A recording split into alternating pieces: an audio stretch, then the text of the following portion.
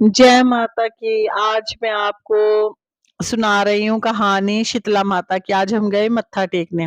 ये शीतला माता का मंदिर है और हम यहाँ मत्था टेकने आज आए हैं। ठीक है, तो कहते हैं कि जो होली के बाद की जो सप्तमी आती है ना, इसमें माता रानी के बांसुरी का मत्था टिकता है और शीतला माता सभी दुख दलिद्र बीमारी दूर करते हैं। तो हम शीतला माता के मंदिर आज आए हैं। ठीक है, तो शीतला माता की एक छोटी सी कहानी मैं आपको बताती हूँ। यहाँ तो बहुत सा शोर भी हो रहा था और बैंड वगैरह भी बज रहे थे, तो मैंने सोचा चलो वॉइस ओवर करके आपको कहानी सुना देती हूँ। ठीक है, तो एक बार ना शीतला माता ने सोचा कि चलो मैं धरती पे जाती हूँ, देखती हूँ कि कितने लोग मेरी पूजा करते हैं कितने नहीं करते हैं, देखती हूँ कि कौन कौन मेरे को मानता है। ठीक है, तो वो गुजर रही थी और एक गांव से गुजर रही थी। वहां पे एक मकान में ऊपर से किसी ने चावलों का पानी गिरा, तो वो माता शीतला के ऊपर गिर गया। अचानक माता ने बूढ़ी का रूप धारण किया था, तो वो गिर गया। तो उसने अनदेखा करा, वो चली गई आगे। वो जलते जलते शरीर से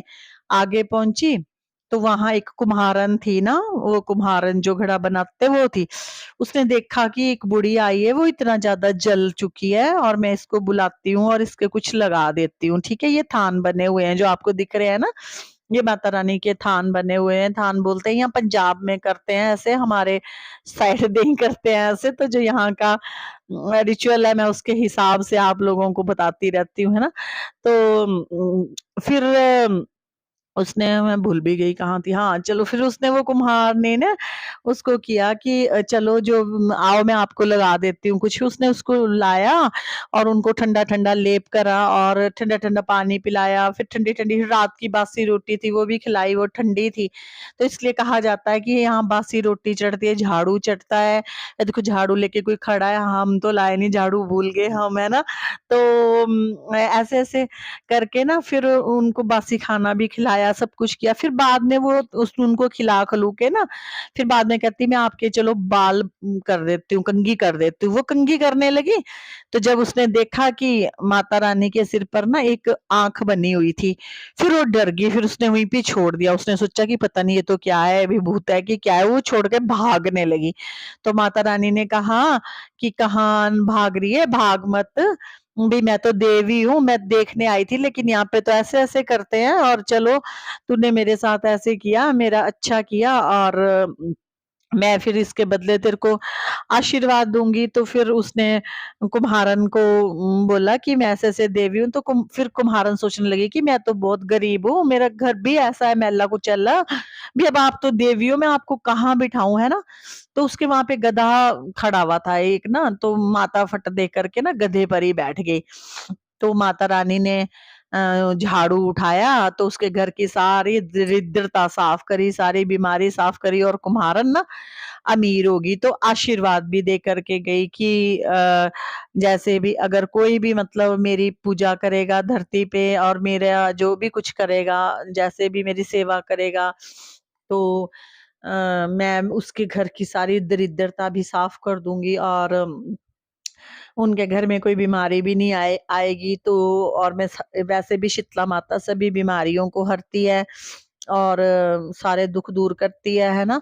सभी पूजते ही हैं, जैसे वो निकल जाती है, लोग कहते हैं कि शीतला माता निकल गई, माता निकल गई, माता को दो बार। मैंने सच कह रही हूँ, मैं कभी भी ना बिलीव नहीं करती थी। डॉक्टर उसको चिकन पॉक्स कहते हैं, तो मैं यही सोचती थी कि डॉक्टर को दिखाया जाए। लेकिन एक बार इनको हो गए थे ना, तो मम्मी ने कहा कि मत्था टेकाना माता का, जैसे हम इस बार आए हैं ना, तो इन्होंने कहा कि हाँ हम, हाँ हमने टेक दिया, क्यों झूठ बोलते तो हैं बहुत ना, कि हाँ हमने टेक दिया, है ना। और इन्होंने टेका नहीं था। अगली साल ना इनके चेहरे पर ना इतनी इतनी बड़ी माता होगी, और मैं भी डर गई देख के कि इतनी हो गई, और बुखार भी है, लाल लाल बड़े ज्यादा। सच्ची बात है यार। देखो अब मैं, अब तो खैर मैं देवी दैवी शक्तियों से बिल्कुल रूबरू हूँ ना, तो तब भी मैं बात कर लेती थी। तो मेरे को यही था माइंड में कि जैसे अब करना कराना लगे ही रहते हैं पीछे।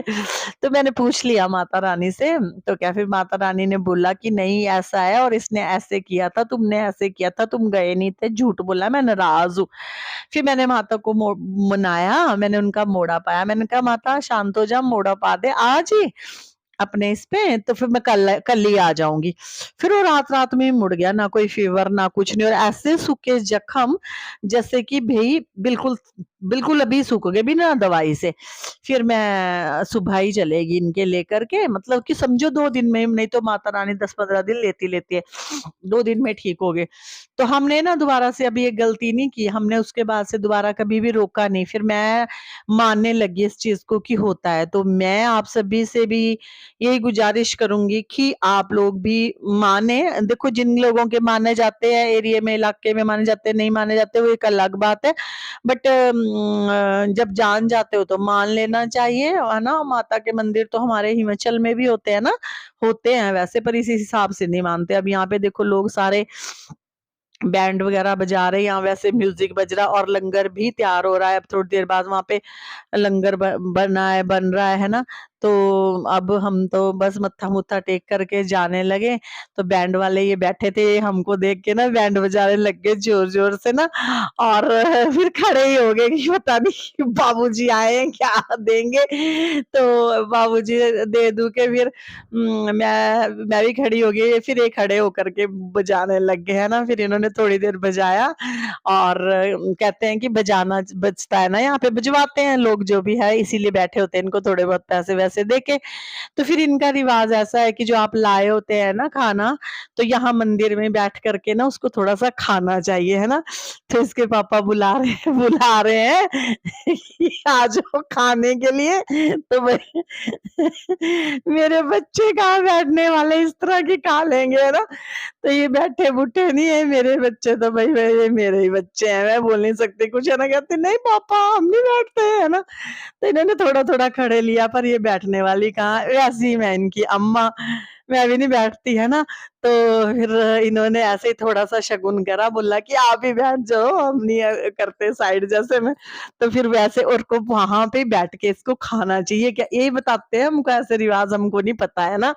तो फिर जैसे सब कर रहे होते हैं तो वैसे सब करो तो फिर बुरा भी नहीं लगता, लेकिन हम तो नहीं बैठे। तो इसके पापा को ही थोड़ा सा खाया, कहना चलो चलो, किसी ने नहीं खाया। फिर इन्होंने खड़े होकर के खाया, और फिर हम आगे बस गाड़ी में। तो भाई ये कहानी थी, वो मैंने आपको सुनाई, कुछ अपनी सुनाई, कुछ माता रानी की सुनाई। तो अब हम चल पड़े हैं, तो गाड़ी के लिए पार्किंग को यहाँ जगह थी नहीं।